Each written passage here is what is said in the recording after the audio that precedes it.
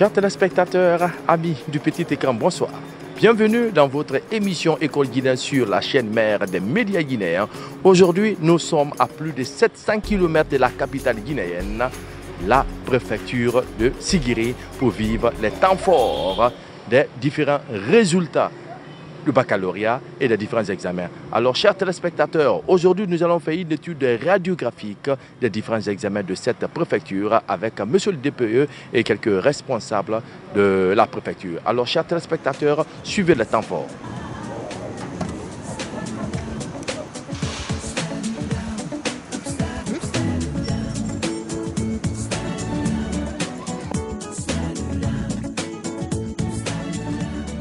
Aujourd'hui, nous sommes avec la première autorité de cette préfecture et il s'agit de M. Issa Kouyaté. Il va essayer de répondre à nos questions. Alors, bonjour M. Issa. Bonjour monsieur. Nous sommes dans votre préfecture, l'une des plus grandes préfectures de la Haute-Guinée. Bien, alors aujourd'hui, nous voulons que vous fassiez une radiographie des différents examens de votre juridiction. L'émission École guinéenne, je la passe toujours avec les gens de Baobao ici, chaque dimanche. Donc je ne suis pas surpris de ça.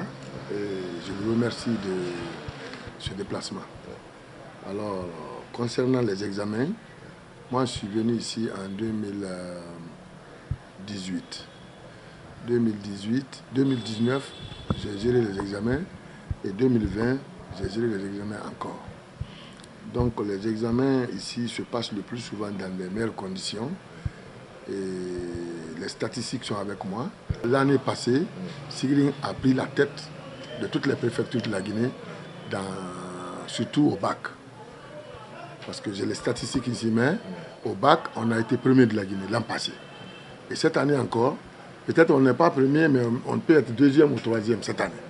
C'est une mesure un peu spéciale cette année et vous n'êtes pas sans savoir que l'année a été émaillée d'une pandémie. Et dans quel contexte vous avez organisé ces examens en respectant les mesures hygiéniques?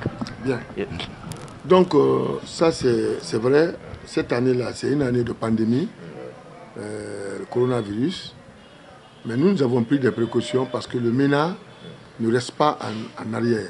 Le MENA est toujours avec nous, pas à pas, jour pour jour. On nous donne toutes les informations et tout ce qu'on a besoin pour éliminer, éradiquer cette pandémie. Donc nous avons reçu des bavettes, de la SAG, nous avons reçu des matériels pour éradiquer la pandémie, tels que les bavettes, les kits, les thermoflash, pas en grande quantité, mais quand même il y en a eu, au niveau des sociétés qui sont là, des entrepreneurs qui sont là. Donc on a reçu par le MENA et on a reçu par l'UNICEF. L'UNICEF a envoyé aussi une bonne partie. Donc on a pu gérer les examens des candidats. Après, nous avons pu gérer la réouverture. Jusqu'à ce niveau maintenant, nous sommes à la fin de la réouverture. Donc réellement, tout s'est bien passé parce que le MENA, il n'y a pas ce que le MENA n'a pas fait pour nous mettre dans les conditions du travail. Le choix des surveillants lors des différents examens pose problème. Est-ce que ça a été le cas chez vous et comment vous avez procédé le choix des enseignants pour la surveillance? Très bien. Cette année, il n'y a pas eu de problème parce que le ministre, une semaine avant les examens, nous avons parlé avec lui au Skype. Il nous a tout dit qu'est-ce qu'on doit faire cette année. Parce que cette année, c'est tout à fait différent des autres années du fait que les surveillants ont été d'abord choisis en vrac. C'est-à-dire prendre un nombre de surveillants à l'entrée en 7e, au brevet et au bac, envoyés au MENA, au service IGE, l'Inspection Générale de l'Éducation. Il y a une liste qui a été préétablie avant. Préétablie, envoyée au MENA, qu'ils ont analysé, ils ont déterminé le nombre, ils nous ont envoyé, et c'est dans le nombre-là qu'on prenait les gens pour la surveillance. Vous avez certes bien passé les différents examens. Quels ont été les taux de réussite? En 2020, là, les examens, les résultats sont les suivants. Nous avons l'examen d'entrée en 7e année, le CE, n'est-ce pas? Certificat d'études élémentaires. Bien, si je prends l'enseignement général, il y avait 42 centres. 42 centres en enseignement général. Les 42 centres inscrits, c'était 9 884. Filles, 3 366. Bien, total des candidats présents, c'est 8 695. Filles, 2 970. Le pourcentage maintenant, oui. Le pourcentage, oui, oui. On a eu 77% comme total, 77,94% Oui. comme admis. Oui. Et en filles, on a eu 77,17%. Ça, c'est l'entrée en septième. Oui, Enseignement général. Maintenant, franco-arabe, oui. On a eu 56,18% et 54,58% de filles comme pourcentage. Bien. Si nous venons au BEPC, nous avons eu 53,57% à l'enseignement général. Le premier de la région est venu de Sigring aussi. Précisément de Tintian, le collège Tintian a eu le premier de la région au brevet. Bien. Et en franco-arabe, on a eu 31,25% comme filles et 38,89% comme total. Oui. Donc ça c'est au niveau de BPC. Oui. Maintenant, si on vient au niveau du bac, oui.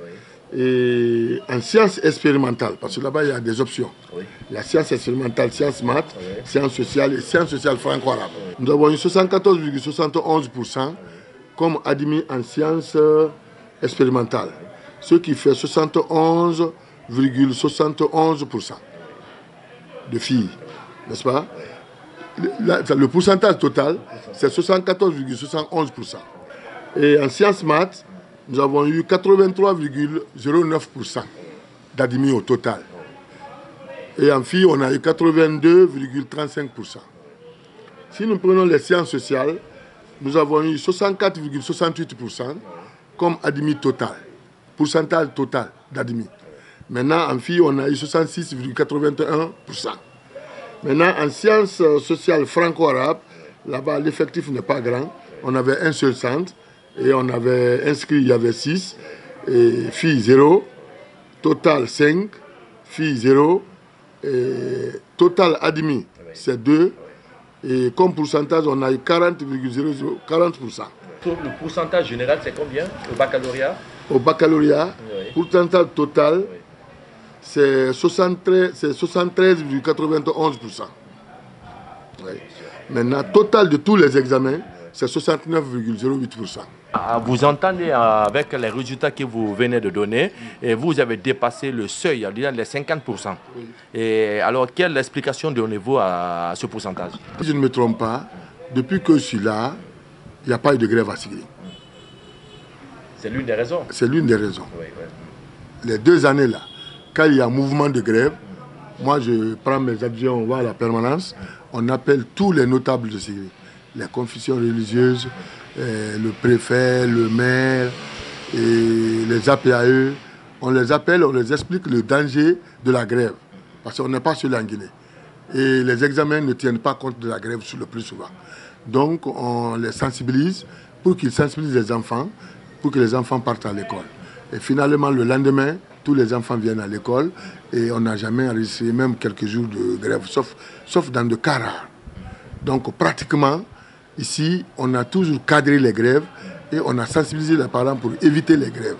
C'est pourquoi les 2 années-là, on a toujours dépassé les 50% dans les examens. Mais qu'est-ce qui expliquerait alors l'année dernière, vous avez combien de pourcents? Parce qu'il y a eu assez de lauréats venant de Sigiri l'année dernière. Oui. Et cette année, est-ce que vous avez eu aussi des lauréats? On a eu des lauréats cette année. On n'a pas eu de premier de la République comme l'an passé. Mais l'an passé, on avait un premier, le premier des sciences expérimentales est venu de Sigiri. Avec le total faisait 68 lauréats l'an passé. 68 lauréats.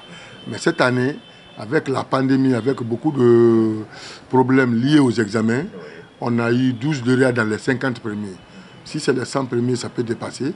Mais les 50 premiers, on a eu 12 lauréats. Paradoxalement, nous sommes dans une zone minière où les enfants, le taux d'abandon est beaucoup plus élevé. Et alors, comment vous pouvez concilier les deux cas? Notre stratégie, c'est l'organisation des examens et surtout des cours d'abord. À Sigiring, la vérité est que les parents s'occupent des études. Les parents ont su l'importance des études. Il y a des équipes de sensibilisation qui passe dans les écoles par la DPE pour sensibiliser les parents afin de cadrer les élèves pour les études. Les enfants, le taux d'abandon est maintenant réduit à Sigiri par rapport à ces sensibilisations-là. Parce que pour que les enfants, les parents cadrent les enfants, il faut les expliquer l'importance des études. Nous passons souvent pour expliquer l'importance des études-là durant tous nos déplacements dans les sous-préfectures, au centre, pour dire aux parents quelle est l'importance des études. Qu'est-ce qui fait que maintenant, depuis bien avant, il y a des gens qui viennent du Burkina, du Ghana, pour venir commander nos parents dans les mines à Sigiri, à la SAG, à la SMD. On prend des cadres ailleurs pour venir commander parce qu'on n'avait pas pris les études au sérieux. Donc il faut prendre les études au sérieux pour que nous-mêmes nous gérons nos mines, qu'eux ils comptent beaucoup par rapport à beaucoup de choses. Nous, on a été dans certaines localités de Sigiri où il n'y a que... Bon, on fait des classes multigrades, ça c'est un. De deux, tu ne trouves dans une école, tu ne trouverais que 2 enseignants ou 3 enseignants pour tout le cycle. Oui, ça dépend du nombre d'enseignants qu'on a maintenant, au niveau enseignant titulaire. Est-ce que cela ne va pas jouer sur la qualité de l'enseignement? Non, mais pourquoi ça ne joue pas? Les communautaires, il y a des communautaires qui ont fait ici 10 ans, ils enseignent. Donc, cette année par exemple, les deux premiers de Sigiri, en franco-arabe et en enseignement général, les 2 admis là, de l'entrée en 7e, ils sont enseignés par les 2 maîtres de 6e qui sont contractuels depuis 10 ans. Le premier est venu de Fakoli, c'est une école privée. Donc l'enseignant qui est là-bas, il est du privé, il n'est pas engagé. Mais il a fait 10 ans là-bas. Le premier est venu de celui, enseignement général. Et en enseignement franco-arabe aussi, le premier est venu de la ville ici, dans une école privée d'Emba Koulibaly. Et là, Demba Koulibaly, feu Demba Koulibaly. Bon, en vous entendant, monsieur le DPE, vous dites la plupart des majeurs là viennent des écoles privées et les écoles publiques. Les écoles publiques aussi travaillent. Si je prends les lauréats... Qu'est-ce qui est à la base de ça? Bon, les écoles publiques, ils travaillent mieux que les autres même parce qu'ils sont payés. Et ils sont payés par l'État, ils sont pris en charge. Bon, mais, vous savez, les examens souvent, ça dépend de Dieu et de la préparation surtout. Donc les deux là, ils sont venus des écoles privées. C'est pour vous dire que les communautaires là même, quand on est parti à Conakry, ils ont voulu rencontrer le ministre pour lui dire vraiment si on peut les engager. Maintenant je dis non. On va voir le ministre. Le ministre est prêt à engager les gens. Préparez-vous, il y aura un recrutement. Mais pour le moment, l'État a un problème d'argent. Donc dans peu de temps, il y aura un recrutement. Je suis sûr que si vous faites le test, vous qui avez reçu les premiers là, si vous faites le test, vous aurez. Donc j'ai pu les convaincre. On est parti à Conakry, on est revenu sans problème. Vous venez d'une réception au palais où il était question de récompenser les lauréats. Est-ce que votre préfecture aussi a bénéficié de ces lauréats? Parce que les lauréats au bac, ils ont pris les 5 premiers des options, des 3 options. Sciences maths, sciences sociales, sciences expérimentales. Ils ont pris les 5 premiers. Bon, cette année, nous n'avons pas reçu dans les 5 premiers, là, comme l'an passé. Cette année, nous n'avons pas reçu. Il n'y a pas eu d'élèves de Sigiri admis dans les 5 premiers. Mais dans les 50 premiers, nous avons reçu 12. Quel est votre mot de la fin? Je remercie d'abord monsieur le professeur Alpha Condé, l'excellence du professeur Alpha Condé, qui a mis tout en œuvre cette année pour la réussite des examens. Sinon, on ne s'attendait pas aux examens cette année, compte tenu de la pandémie. Mais grâce à la technique, au dévouement du président de la République et son gouvernement, vraiment, ils ont tout mis en œuvre pour que les examens se passent comme à l'accoutumée. Donc ça, c'est une félicitation. C'est quelque chose qu'on doit reconnaître pour eux. En plus de ça, il y a le MENA aussi. Le MENA, grâce au MENA aussi, qui a pistonné tout, aller vers le gouvernement pour que les choses se passent dans les meilleures conditions. On les remercie, on les félicite. Surtout le ministre Banou, le docteur Banou.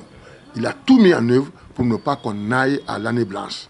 Donc ça, il mérite cette récompense, ce remerciement de la part de la DPE de Sigiri. Ensuite, je viens maintenant aux parents d'élèves de Sigiri, les APAE.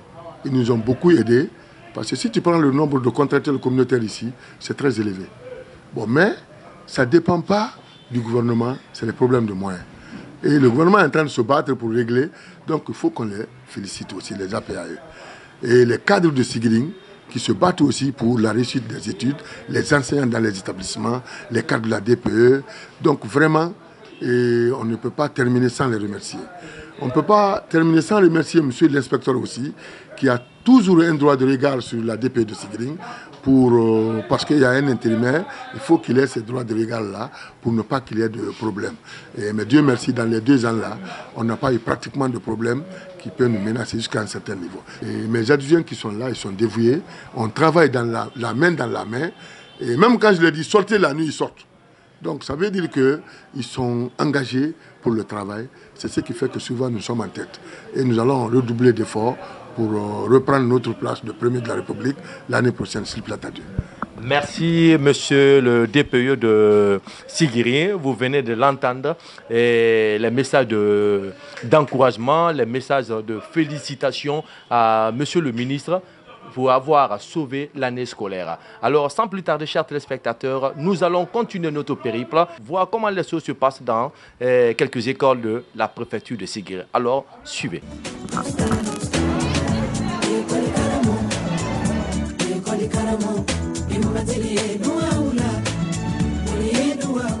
Nous sommes dans une autre école de la préfecture de Sigiri, plus précisément groupe scolaire Sekoutamine Bari, pour voir comment les examens se sont passés. Bonjour. Bonjour monsieur. Vous êtes l'un des responsables de cette grande école. Est-ce qu'on peut savoir dans quelles conditions les examens se sont déroulés? Bon, en fait, les examens se sont déroulés dans les très bonnes conditions. Avec la situation, n'est-ce pas, du Covid-19, on a cherché à mettre en place, n'est-ce pas, les kits sanitaires et tous les dispositifs, n'est-ce pas, qui ont été édités, n'est-ce pas, par le gouvernement, ont été mis en place et qui ont été respectés aussi, n'est-ce pas, non seulement par l'encadrement, mais aussi par le corps professoral et tous les élèves. Et quelles ont été les statistiques de cette année? Les statistiques, n'est-ce pas, sérieusement, les statistiques, n'est-ce pas, sont bonnes. Au niveau, n'est-ce pas, des sciences sociales, on a fait 97%. Au niveau des sciences mathématiques, on a fait 68%. Au niveau de ces sciences expérimentales aussi, on a fait 75%. Alors, félicitations pour Sigiri. Dans les autres préfectures, on n'a pas tout cherché à dépasser le seuil de 50% et vous avez excellé ces 50%. Quels ont été vos secrets? Les secrets ne sont pas aussi diaboliques. Je crois réellement qu'on a des enseignants, n'est-ce pas, de qualité, des enseignants potentiels, très dynamiques, qui sont prêts aussi, n'est-ce pas, à concurrencer, n'est-ce pas, n'importe quelle circonstance. Nous avons cherché aussi, n'est-ce pas, à mettre, n'est-ce pas, des cours intensifs, n'est-ce pas, non seulement au niveau des professeurs, mais aussi au niveau, n'est-ce pas, des élèves, pour créer, n'est-ce pas, un envie de convivialité.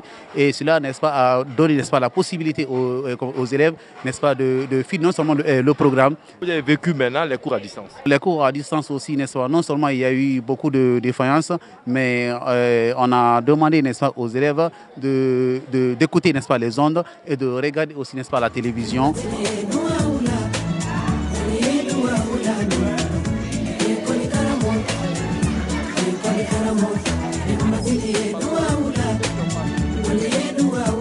Les cours se passent très bien.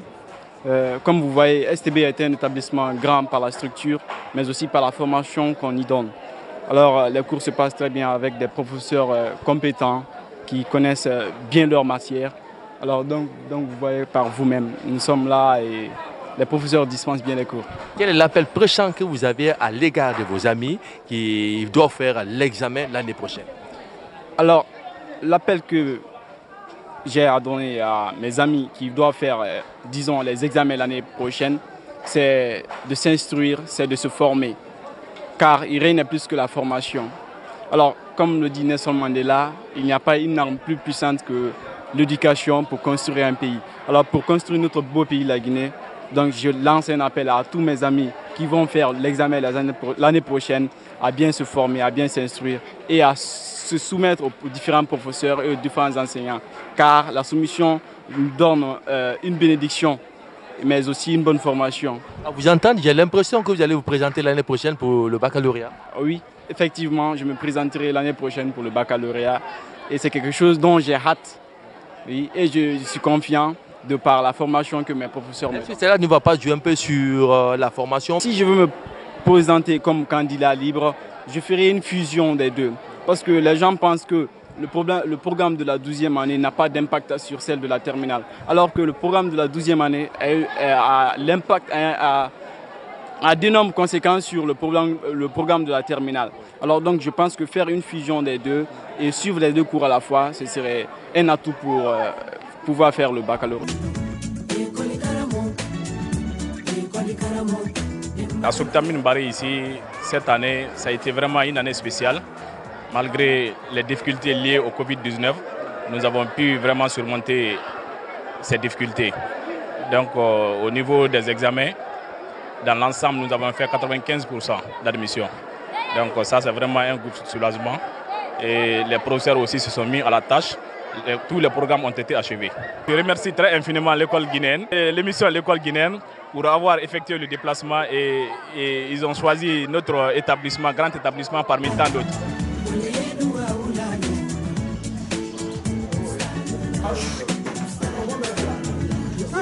L'éducation de Sigiri, nous serons bien ici.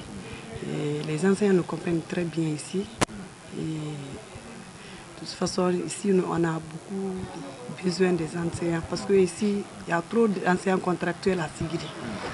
On a beaucoup besoin parce qu'il y a toujours de nouvelles créations et il n'y a pas tellement de personnel. Parce que Sigiri, elle est vaste. Oui, c'est une zone minière. Minière, oui, très peuplée. Et même dans les districts, on a des lycées là-bas. Nous avons 12 préfectures, mais maintenant c'est 13 parce qu'il y a Didi qui vient d'être... Oui, oui. Par rapport aux résultats de cette année, l'analyse qu'il faut faire est que les résultats ont été très satisfaisants. Parce que nettement, on est au-dessus du seuil. Oui. Nettement. Pour expliquer cela, vous allez me permettre de revenir un peu en arrière. Parce qu'en fait, sur le plan scolaire, Sigiri possède des atouts et des potentialités. Quels sont ces atouts? Le premier atout, c'est qu'on a une communauté de parents d'élèves fortement engagés en faveur de l'éducation des enfants. Ils s'investissent, ils construisent des écoles, ils payent les frais de scolarité, les frais de révision, et cela du mois de novembre jusqu'aux examens. Donc ça constitue un premier atout. Le second atout est que techniquement, on a un personnel très bien préparé. Quand nous prenons par exemple le secondaire, on a un groupe d'enseignants qui a eu la chance de bénéficier d'une formation sur la formulation des items d'évaluation. Vous savez, vous n'êtes pas sans savoir que avant, c'est des sujets de restitution qu'on donnait aux enfants. Donne-moi ce que je t'ai donné. Bon, mais avec l'évolution des choses, notre département a changé l'approche. Maintenant, on donne des sujets de réflexion. Donc, ce groupe-là est en train de jouer un rôle très important dans nos écoles.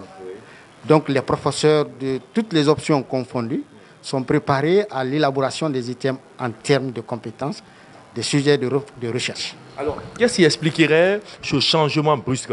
Parce qu'il y a 2 ou 3 années de cela, Sigiri était derrière à cause des mines d'or. Alors, qu'est-ce qui expliquerait ce changement brusque? Ce changement brusque s'explique par le fait que nous avons mené des analyses. Parce que suivant la porte d'entrée même de l'année scolaire, il faut analyser les résultats et savoir qu'est-ce qui a marché et ce qui n'a pas marché. Donc, en analysant les résultats obtenus en termes de rendement scolaire, il s'est avéré qu'il est important de faire face à un certain nombre de mesures qui peuvent nous permettre de redresser la situation. C'est ainsi qu'on a vu que le taux d'abandon est élevé, le taux de redoublement est très élevé.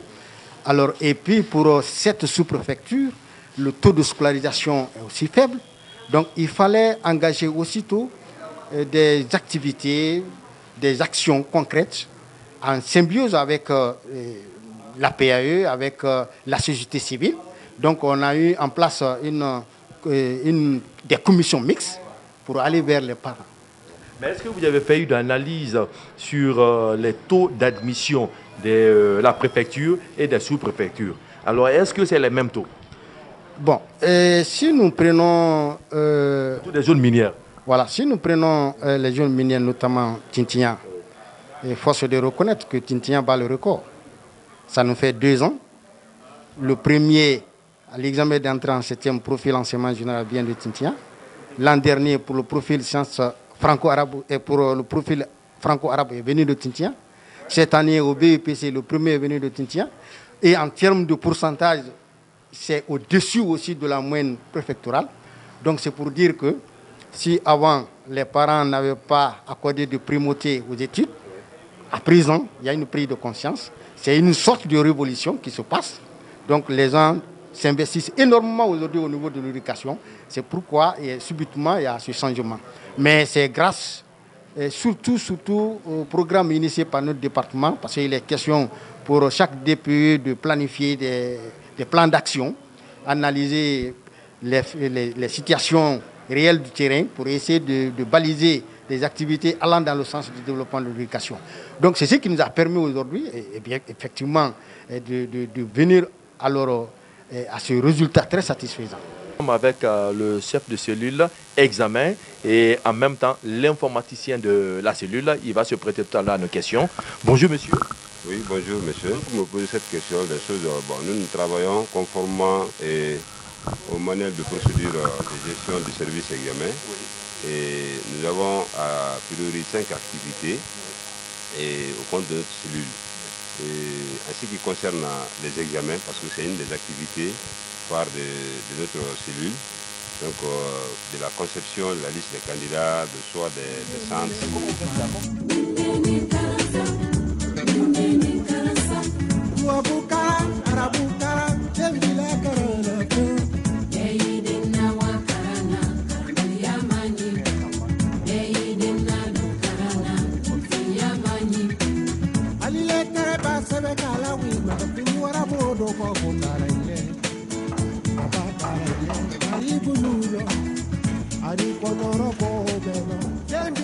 Bon, vous savez, comme on le dit, celui qui ouvre une porte d'école ferme une prison. Donc moi, je suis né à Sigré, j'ai grandi à Sigré ici. Il faut que je sois utile par ma population. Donc c'est ce qui m'a poussé à ouvrir cette grande école. Donc quand on n'est pas éduqué, on s'attend à tout. On est bandit, on est voleur, on est tout. Mais surtout l'éducation, bon, nous on fait tout ici. On éduque les enfants, c'est pas seulement même à la maison. Donc l'école, ça joue un grand rôle dans l'éducation. Je lance un appel solennel à tous les parents qui abandonnent leurs enfants à aller dans les mines. Bon, vous savez, quand on étudie, c'est ce qui est bon. La mine, bon, c'est pas... Vous savez... C'est un gain immédiat. Voilà, donc c'est un gain immédiat, c'est pas continuel, quoi. Alors quand on a le savoir, on a tout. Ça, c'est continuel, quoi. Donc je crois que l'éducation, l'école est plus bonne que la mine. Et si on est bien éduqué même, on pourra essayer de moderniser la mine. Mais quand on n'est pas instruit, c'est pas facile, quoi. On va essayer de toujours travailler dans l'anarchie. Donc je crois que c'est l'éducation qui va essayer de changer un peu la nature de notre préfecture. Bien. De façon générale, on peut dire que cette année, ça n'a pas marché, mais c'est le contraire chez nous. Et ça, nos résultats le prouvent. Parce que, quelles ont été vos stratégies? Parce que si vous dites que c'est le contraire chez vous, quelles ont été votre stratégie pour avoir ce pourcentage? Je pense que c'est très simple. Et quand on sait qu'on doit mener une guerre, ce n'est pas le jour de la guerre qu'il faut préparer. Et il faut se faire réunir de tout un arsenal pour aller à la guerre. Et c'est ce que nous avons fait. C'est-à-dire que nous avons anticipé alors l'examen de cette année. C'est-à-dire parce qu'avant, nous avons su mettre sur place les conditions qu'il nous faut pour que nos candidats soient vraiment vainqueurs à l'issue des examens de cette année. Et raison pour laquelle je dis que de façon générale c'est le contraire, mais chez nous, c'est tout autre chose. Chers téléspectateurs, vous venez d'écouter le premier responsable du grand lycée, groupe scolaire, Sekoultamine Bari. Et vous avez écouté de fond en comble tout ce qui est dit par les responsables du système éducatif de Sigré. Et c'est pour nous dire que le système a changé complètement chez nous à Sigré. Bien que c'est une zone minière, les enfants s'adonnent, les parents d'élèves s'adonnent. Alors tout le plaisir a été pour moi de vous présenter cette grande émission. À la prochaine.